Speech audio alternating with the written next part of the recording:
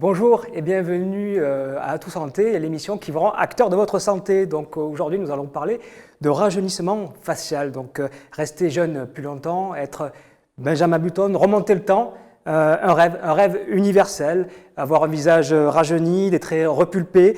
Grâce à la chirurgie, aux injections, nous allons donc parler avec nos invités aujourd'hui de ces différentes techniques et notamment de leurs dérives.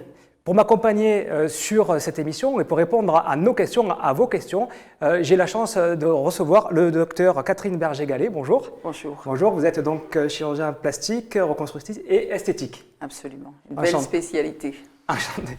Le professeur Barbara Hersan, vous partagez la même spécialité, hein, Tout à fait. Également chirurgien plastique, reconstructrice et esthétique. Exactement. Et Anne-Sophie, vous êtes donc une patiente, vous allez nous faire partager votre expérience dans quelques instants. Bonjour. Bonjour. Bonjour. Alors avant d'entamer justement les différentes pratiques, nous allons d'abord parler des causes du vieillissement. Et je me retourne vers vous, docteur Berger-Gallet. Qu'est-ce que finalement une ride? Qu'est-ce qui cause les rides?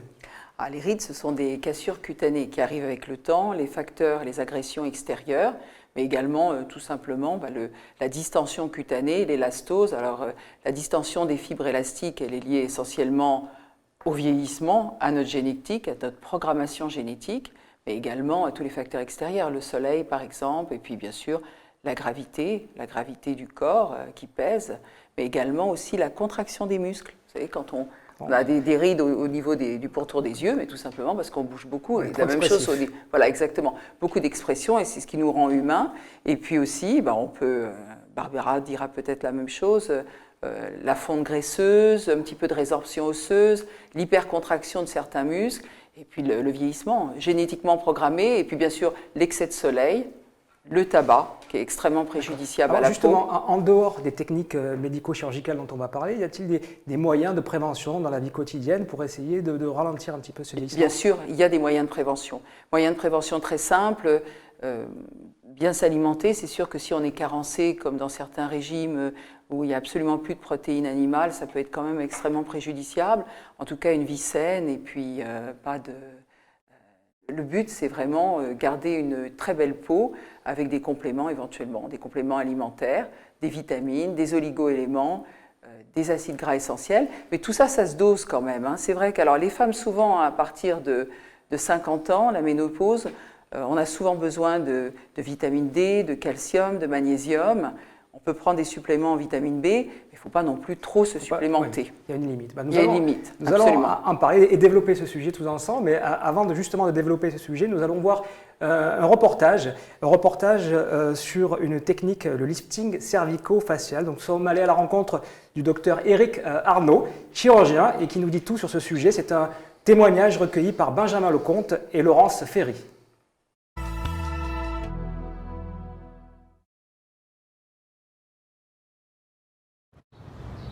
Les indications principales d'un lifting cervico-facial sont essentiellement un rajeunissement du visage, le plus naturel possible normalement, et dont les parties qui sont les mieux traitées par l'acte chirurgical sont essentiellement l'ovale du visage et le cou. Il est rare qu'on fasse un lifting à une femme avant 45 ans, donc l'âge habituel c'est plutôt vers entre 50 et 60. Et il est rare après d'aller au-delà de 75 ans, encore qu'aujourd'hui, la biologie aidant, la qualité de la vie font que vous avez des femmes de 75 ans qui sont encore très belles et qui ont envie de plaire.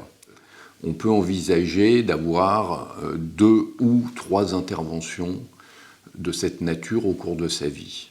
Et normalement, le rythme de réopération, il est autour de 7-8 ans. L'idée est plutôt de donner un petit coup de frais, que les gens se voient reposer, mais que cet état soit durable dans un certain temps.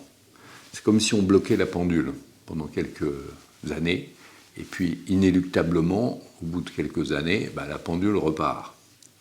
Et la question qui est souvent posée, qui est de est-ce que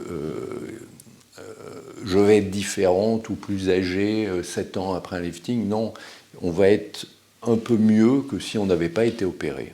Mais forcément, il y a le vieillissement et il reprend. Les précautions fondamentales à prendre avant une intervention de type lifting cervico-facial, c'est l'éviction totale du tabac pendant 6 semaines. Il ne faut pas que ça soit excessif, évidemment, pour ne pas donner un air opéré. Il faut que les gens aient un air naturel. Les cicatrices d'un lifting cervico-facial sont évidemment visibles au début. Bien qu'elles soient situées d'une façon qui a été bien réfléchie, elles sont situées dans les cheveux, ça ne se voit pas, mais par contre, devant et à l'intérieur de l'oreille, ça se voit naturellement au début, et à un moindre degré, évidemment, derrière l'oreille et dans les cheveux. Mais au début, c'est évident que c'est visible. Par contre, à 6 mois, c'est extrêmement discret. Il est rare qu'aujourd'hui, une patiente qui veuille se faire opérer d'un lifting cervico-facial ait plus de 2 semaines à sa disposition. Généralement, les 2 semaines sont suffisantes pour être serein après et retourner travailler. Les complications d'un lifting, c'est la hantise de tous les chirurgiens, c'est évidemment la nécrose, et ça survient chez les fumeurs. Donc, il faut être capable de dire à des femmes qui fument beaucoup qu'on ne veut pas les opérer. En gros, ça reste quand même une chirurgie très superficielle, délicate, certes, mais superficielle, et chez quelqu'un qui est en bonne santé, qui a eu son bilan d'anesthésie, un électrocardiogramme, normalement, ça présente très peu de risques. De retour sur le plateau d'Atout Santé, nous parlons aujourd'hui de rajeunissement facial en compagnie des docteurs Bergeret-Gallet, du professeur Barbara Hersang et de Anne-Sophie, notre patiente, vers laquelle je me retourne tout de suite. Donc, on a vu ce reportage, vous avez bénéficié d'un lifting. Qu'est-ce qui, à un moment donné, vous a fait sauter le pas? Qu'est-ce qui a fait que vous avez pris cette décision? Eh bien, moi, j'avais toujours pensé et toujours dit que pour mes 60 ans, je m'offrirais pour repartir pour une petite fraîcheur. Donc, c'était prémédité? C'était prémédité et je n'ai rien vraiment fait avant. Simplement, j'avais déjà été voir Madame Bergeret à 57 ans, 58, et pour être prête. Alors, ma question, c'est ça, c'était prémédité, mais depuis combien de temps? Depuis mes 50 ans. Ah voilà, donc 10 ans. C'est-à-dire, j'ai une amie qui l'a fait. Et j'avais trouvé le résultat tellement exceptionnel, je me suis dit, moi aussi, je ferai ça. Alors justement, on a vu un petit peu l'intervention. Comment se sont passées les suites pour vous? Est-ce que ça a été simple? Douleur, j'ai pas eu mal, eu mal du tout. Par contre, il faut quand même avoir de la patience, parce que c'est relativement inconfortable. On va pas non plus, c'est quand même une opération. Mais aucune douleur. Et puis beaucoup de confiance et de relation avec le chirurgien qui vous met très à l'aise en fait. D'accord. Et au bout de combien de temps finalement vous êtes dit voilà le résultat que je voulais? Eh bien, tout de suite, j'ai vu que c'était bien fait. Alors, ma chirurgienne disait c'est gonflé, etc. Bien sûr, c'était gonflé, mais moi je voyais que tout était symétrique, que c'était beau, que j'avais repris, disons, une forme, pas de jeunesse, mais de repos dans le visage, quelque chose que j'attendais. D'accord. Et je vais vous dire, très vite, on a vu le résultat. Très très vite. Alors, je me permets, je parce qu'on en a parlé, par rapport à votre entourage. Est-ce que vous les aviez prévenus? Si oui, ou si vous ne l'avez pas fait, comment ont-ils réagi par la suite? J'avais prévenu mes enfants. Oui. Parce qu'on ne sait jamais s'il m'arrive quelque chose, il faudrait qu'ils soient prévenus. Les enfants ont trouvé très très bien dès le départ, m'ont vu à tous les stades, un petit peu gonflé, 2-3 bleus, etc. Oui. Mais tout le monde était très rassuré tout de suite. Et mes parents, je les ai prévenus après. Donc, ils m'ont vu 3 semaines après le lifting. Ils m'ont trouvé très en forme, très belle. Ils m'ont dit, t'es bien coiffée. Ils ne savaient pas. Ils ne savaient rien, d'accord. Ils me disent, dis donc, t'es bien coiffée. Oh, t'as changé de maquillage. T'es en forme, d'accord. Voilà, t'es en forme. Très bien. Donc, une question pour les personnes qui peuvent hésiter. Quel conseil avez-vous à leur donner là, à l'heure actuelle? Mais déjà, bien rencontrer le chirurgien, bien parler. Allez voir surtout un grand spécialiste, c'est-à-dire un chirurgien plasticien. Et surtout pas... Ne pas écouter les sirènes, Internet, et surtout ne pas chercher non plus à faire des économies trop fortes, parce que là, on sait très bien que de toute façon, ça ne pourra pas être... D'accord. Alors, professeur Hersang, je vous adresse maintenant mes questions. Quel niveau de rajeunissement peut-on attendre en fonction de la technique utilisée? Il y a différentes techniques. On peut obtenir un coup d'éclat avec un lifting superficiel qui va intéresser uniquement la peau. Et puis, on peut aller vers des techniques plus lourdes avec des chirurgies notamment au niveau des muscles du visage. Et donc là, on va obtenir un véritable rajeunissement. Mais bon, les techniques françaises prônent un rajeunissement aussi naturel. Alors, par rapport à toutes ces techniques, existe-t-il des techniques combinées? Peut-on faire plusieurs choses sur la même personne? Oui, tout à fait. Enfin, c'est vraiment la clé du succès, c'est de combiner les techniques. Moi, j'y crois vraiment et je pense que tous les plasticiens français également. On associe le lifting cervico-facial à des injections de graisse, voire de cellules souches ou de plasma riche en plaquettes pour améliorer nos résultats et pour améliorer la cicatrisation aussi. D'accord. Alors, docteur Berger-Gallet, quelles sont les motivations psychologiques? On a vu qu'Anne-Sophie, c'était un objectif qu'elle s'était fixé pour 60 ans. J'imagine que ce n'est pas tout le monde de la même façon. Quels sont les objectifs? On vient vous voir pourquoi au niveau psychologique? Les femmes et les hommes qui viennent nous voir, ils ont besoin de se sentir bien, de se sentir dynamisés. Il y a des moments dans la vie aussi où on a des gros écueils, des chocs psychologiques. Donc on a besoin de rebondir. Alors ça dépend comment on vit, hein. Il y a des étapes, 50, 60 ans pour une femme. C'est souvent l'âge à laquelle on a des demandes de lifting. Les hommes, c'est un petit peu plus retardé, c'est plus vers 65 ans, qui commencent à se dire, mais j'ai des grandes poches sous les yeux, j'ai des bajoux, j'ai un petit peu d'excès cutané ici, ou alors j'ai le cou vraiment très abîmé. Et là, je crois qu'il y a une demande caractéristique de lifting cervico-facial. Ça, quand il y a des grands excès cutanés, quand il y a une descente des tissus et un amaigrissement du visage, il faut faire de la chirurgie.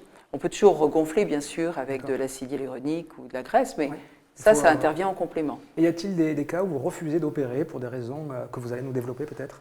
Oui, absolument. Alors, comme l'a bien précisé le docteur Arnaud dans son interview, il faut faire très attention à ne pas opérer tout le monde. Il y a des gens qu'on ne peut pas opérer pour des raisons de santé. C'est rare, mais ça arrive. Par ailleurs, il faut aussi se méfier des gens qui ont des attentes trop importantes.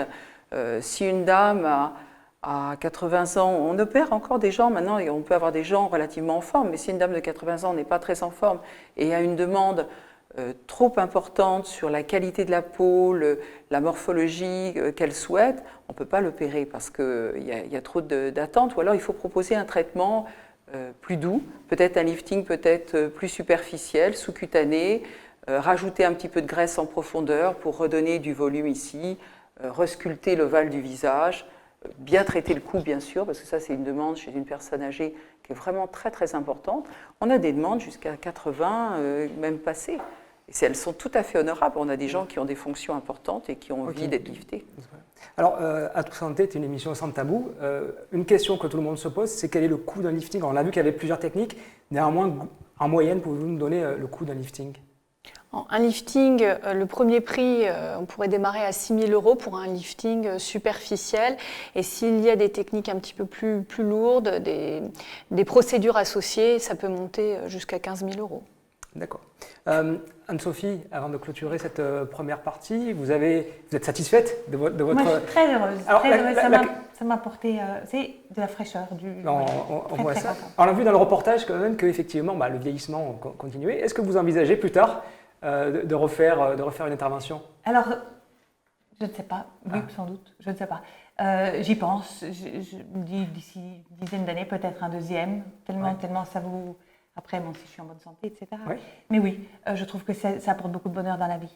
Ces petites interventions, sans exagérer, ça m'a apporté énormément de bonheur. Et d'ailleurs... Donc, il y a eu un réel impact sur votre qualité de vie, sur le côté psychologique, sur votre... Je savais que j'allais le faire, donc j'étais préparée, oui. Si vous voulez. Et oui, je suis très heureuse de l'avoir fait.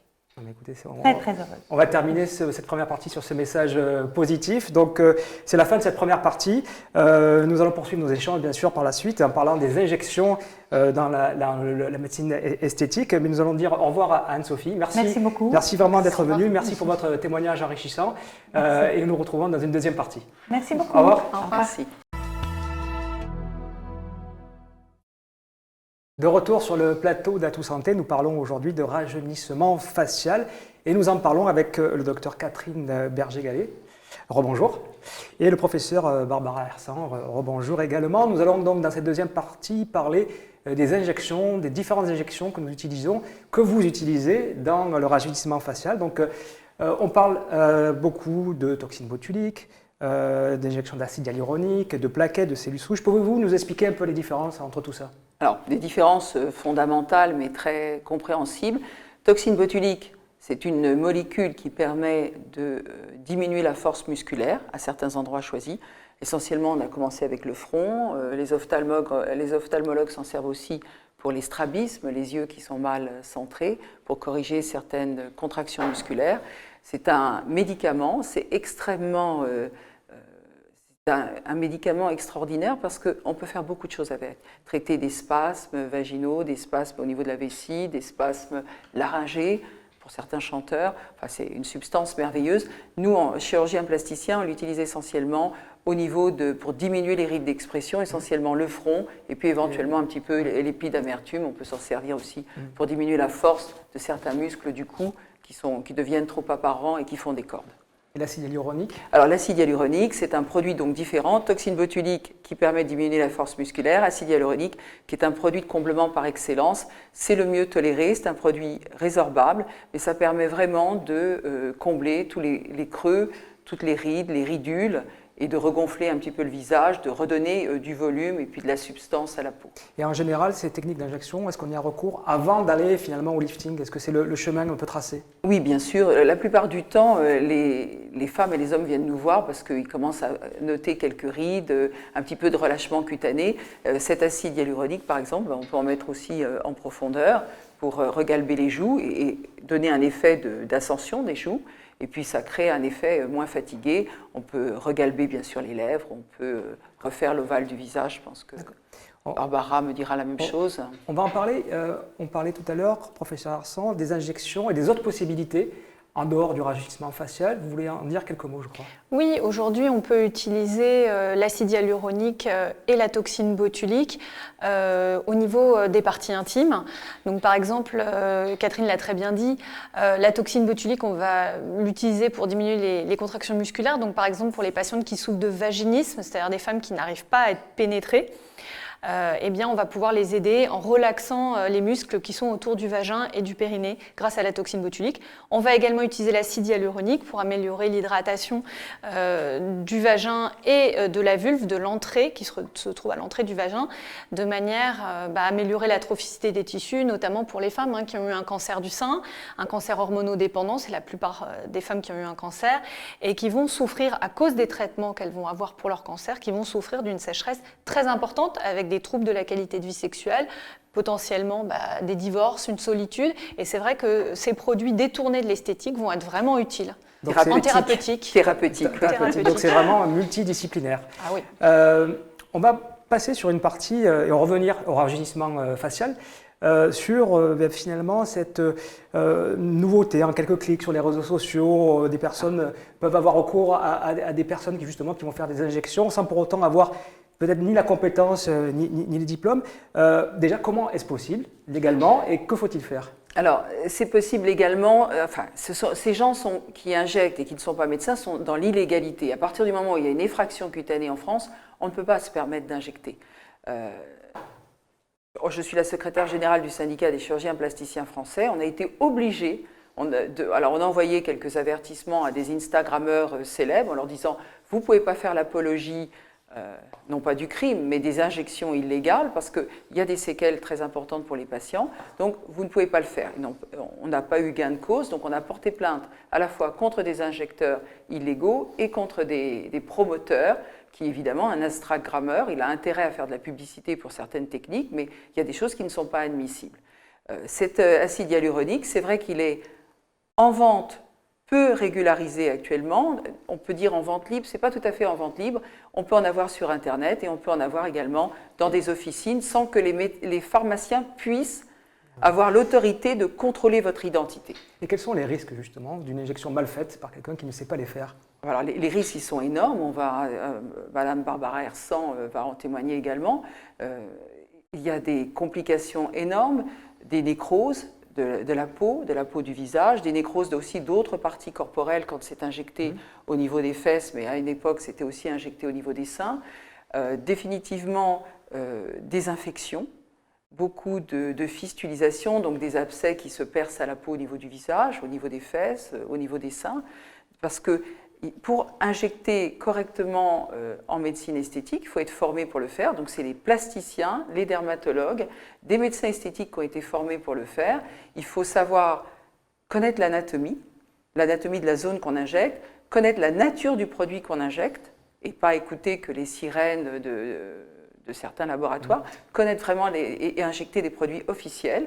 Et puis surtout, respecter des règles de propreté et puis savoir diagnostiquer les complications. Ça, je crois que c'est très important. Justement, je crois que vous recevez fréquemment, en fait, des femmes ou des hommes d'ailleurs, victimes d'injections illégales. Quelle est votre prise en charge à la fois psychologique et puis médicale? Est-ce qu'il y a des choses à faire derrière? Alors, moi, étant hospitalière, actuellement, c'est vraiment un problème de santé publique, hein, ces injecteurs illégaux, parce que je reçois à peu près un patient ou une patiente par jour qui a une complication suite à une injection illégale. Juste pour rappel, quelqu'un qui injecte et qui n'est pas médecin, c'est exercice illégal de la médecine et c'est du pénal. Premièrement. Alors, les patients, ils arrivent bien embêtés à l'hôpital avec des infections, des nécroses d'une partie de leur visage, des nécroses de lèvres, des nécroses d'ailes du nez, par exemple. Parfois, on est obligé, nous, d'intervenir chirurgicalement sur ces patients, plusieurs fois, d'hospitaliser ces patients. Parfois, ça peut engager le pronostic vital, puisque nous avons eu des fascites nécrosantes, c'est-à-dire des gangrènes, des infections extrêmement graves au niveau des fesses, suite à des injections illégales, faites par des Instagrammeuses, justement. Donc, ce n'est pas un sujet à traiter à la légère et une injection doit être faite par un médecin. Souvent, ces patients, je suis assez étonnée, sont un petit peu dans le déni et protègent leurs injecteurs illégaux parce que peut-être qu'ils leur ont fait des bons prix, probablement que c'est pour ça, ou ce sont peut-être des amis, ou c'est du copinage dans le réseau, au niveau du réseau social. Je ne sais pas, mais souvent, les patients protègent leurs injecteurs. Justement, j'allais vous parler du côté psychologique. On a vu Anne-Sophie qui était rayonnante parce qu'elle était très satisfaite de sa chirurgie. Là, on est à l'inverse. Donc, psychologiquement, vous nous dites que malgré le fait qu'on peut avoir des catastrophes, les gens sont plutôt assez compatissants avec leur injecteur, finalement. Certains, oui. Après, quand on est face à des complications très graves, certains patients ont besoin d'un soutien psychologique très important. Et puis je tiens à insister sur un aspect fondamental. Souvent, ce sont des réseaux, c'est une économie parallèle énorme. Les patients sont accompagnés au distributeur de billets pour payer. Initialement, ils payaient 300 €, après ils payent 1500 €, donc ils sont accompagnés pratiquement de force. Et puis après, ils ont ce sentiment à la fois de honte vis-à-vis de leur famille, de s'être laissés aussi emberlificotés dans une pratique illégale avec des conséquences pour leur santé. Donc c'est vraiment, j'hésite parce que c'est difficile à décrire. Et effectivement, comme le disait Madame Hersan, il y a peu de patients qui acceptent de témoigner, ils ont honte et effectivement, ils protègent les gens qui ont abîmé leur santé. Alors justement, j'insiste un peu parce que c'est quand même un fait de société, des très jeunes femmes notamment, qui sont sur Internet, qui n'ont pas forcément, voire pas du tout besoin de chirurgie esthétique, qui viennent vous voir pour avoir une chirurgie corrective. Vous jugez qu'il n'y a pas nécessité. Comment vous gérez la chose, sachant que probablement, ou peut-être, si vous refusez, elles vont aller voir quelqu'un qui n'a pas de diplôme? Alors, on essaye. Je crois que le problème essentiel, ça va être vraiment dans les années futures, l'éducation des patients. C'est pour ça que toutes les émissions médicales qui veulent se consacrer à ce sujet seront les bienvenues. L'éducation du patient, aller voir des vrais professionnels. Les professionnels sont absolument non seulement compétents, mais ont une écoute bienveillante. Et je pense qu'il est licite, quand une jeune fille veut des lèvres énormes, de lui dire que ce n'est pas physiologique, qu'il y aura forcément des séquelles, un excès de volume, que quand la mode va passer, eh bien, elle sera bien embêtée avec ses lèvres énormes. Donc je crois qu'il y a vraiment un facteur éducatif. Je ne sais pas ce que tu en penses. Oui, tout à fait. Il faut être très pédagogique parce qu'il y a des jeunes patientes qui ont des demandes un peu scandaleuses. Et moi, parfois, je leur dis, vous êtes rentré dans le marché du travail, vous ne pouvez pas vous permettre d'avoir ce faciès. Vous allez avoir des difficultés ou des demandes notamment d'augmentation très importante des fesses. Je leur dis, vous ne pourrez plus vous habiller correctement. Absolument. On avait ça il y a 10-15 ans avec les seins et on a ça maintenant aussi avec le volume fessier, avec des demandes. Ça n'existait pas avant? Non, absolument. On n'avait pas ça. Bon, on est passé des années 70-80 aux Twiggies avec aux femmes extrêmement minces qui étaient longilignes et qui n'avaient plus aucune forme, un peu androgyne. Et maintenant, on est revenu à un prototype plus latino-américain, au départ extrêmement beau, sensuel et généreux, mais on est passé maintenant à des proportions ridicules. On a même des femmes qui nous demandent d'enlever les côtes pour avoir des gros seins, d'enlever les côtes et de faire des fesses énormes. Et ça, quand on est chirurgien plasticien dûment formé, croyez-moi, on ne le fait pas. Bon, écoutez, le bonjour à Beyoncé. Donc c'est la fin d'Atout Santé. Je vous remercie vraiment d'être venu, ça a été très instructif. Je remercie nos téléspectateurs d'être présents de plus en plus nombreux. N'oubliez pas que vous pouvez revisionner cette émission dès demain sur notre chaîne YouTube Atout Santé. nous adresser vos commentaires et vos questions sur le Facebook ou Instagram Atout Santé. Merci à vous. Merci de nous avoir suivis. Rendez-vous dans un prochain numéro d'Atout Santé. Et d'ici là, soyez acteurs de votre santé.